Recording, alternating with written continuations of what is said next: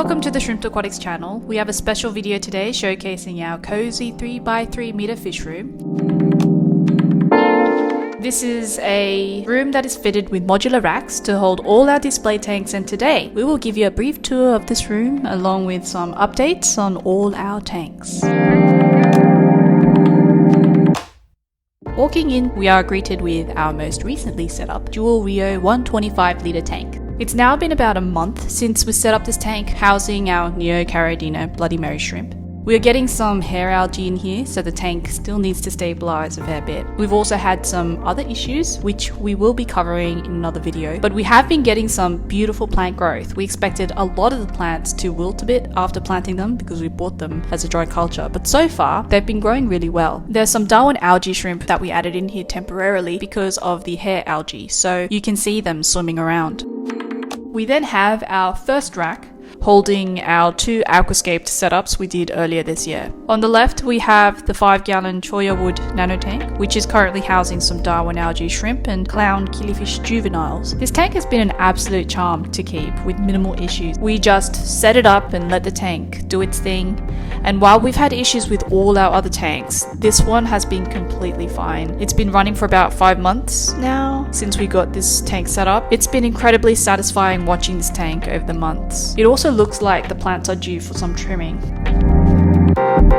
Next to our 5-gallon sits the 10-gallon IWA Gummy tank. Now, this houses again some Darwin algae shrimp along with originally 6 celestial pearl danios, or as I like to call them, easier to pronounce, CPD fish for short. And around the time we introduced these fish, we also discovered that they spawned some fry in their previous holding tank. So we reared them and added them in here as well. So now there are a total of 9 fish swimming around. They are shy fish, so it is hard to get some good footage of them because they're always hiding, but it kind of works with this tank on the display side of things, as the focus is more about the Iwagumi style aquascape and the stone arrangement and carpeting plants. But we have read that celestial pearl danios prefer more heavily planted environments, so we are thinking of moving them to a more heavily planted tank in the future.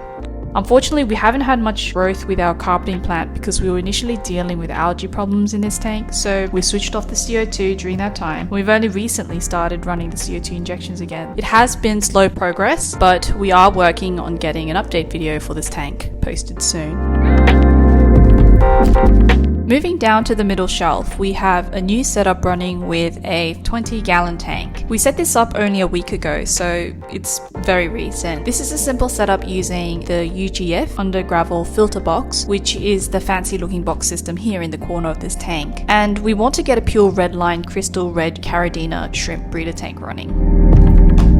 We do have some crystal reds at the moment and they're sitting up there on rack 3, so I'll talk more about them later, but this is one of our upcoming projects and we're in the middle of cycling this tank before we can get the video out.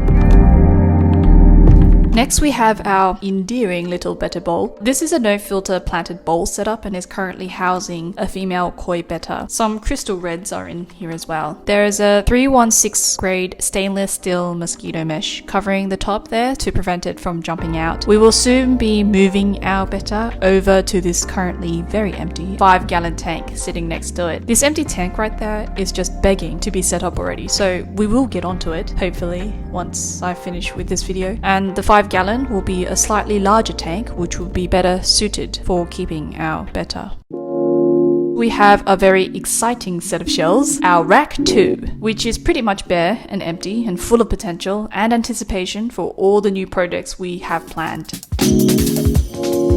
We have laid out our tanks on the racking system more for showcasing them as display tanks on film. So each tank is spaced out so that we can film them individually without having too much of the neighboring tank intruding on our videos. The goal is to get more aquascapes going and share our journey with these tanks. Given the L-shaped design of our racks, we do have a dead pocket in the far corner, which is a bit tricky to reach when it comes to thinking about tank maintenance. So we are using it just for storage. There's some spare substrates in those small containers sitting in the corner there. We also have more storage down on the bottom shelf here where we keep our air tubing, some more substrate and other aquascaping materials. And gliding right along here we have our rack 3. This rack holds all our holding tanks. The first tank on the left is our Caridina Crystal Red tank. It sits in a 10-gallon. They're all low-grade Caridinas. So as it is right now, the tank is operated purely on a sponge filter system. We have a single air pump, the Aqua One Precision 12,000 air pump. So this air pump feeds air through all the sponge filters on this rack here. I know the number of sponge filters we have in this tank looks excessive, but it's really because we have a lot of sponge filters lying around, so I mean, it doesn't really hurt to use them if we've got them, right? The shrimp don't seem to mind. Inside this tank we have some salwasatang, the common name is water seaweed, and some anubias and some willow moss. Next to our Caridina tank sits our secondary Bloody Mary breeder tank. This tank is doing well. We are maintaining the high grades through weekly culls. The shrimp are kept in this tank with some Physidens phoenix moss, some Java moss. We have choya wood and almond leaves, some alder cones as well in all our shrimp tanks. And sitting beneath, we have our planted holding tank. This is a 20-gallon that holds all our stem and floated plants. We intend to use up the plants in here for our future aquascape setups. And we also hold some livestock in here as well.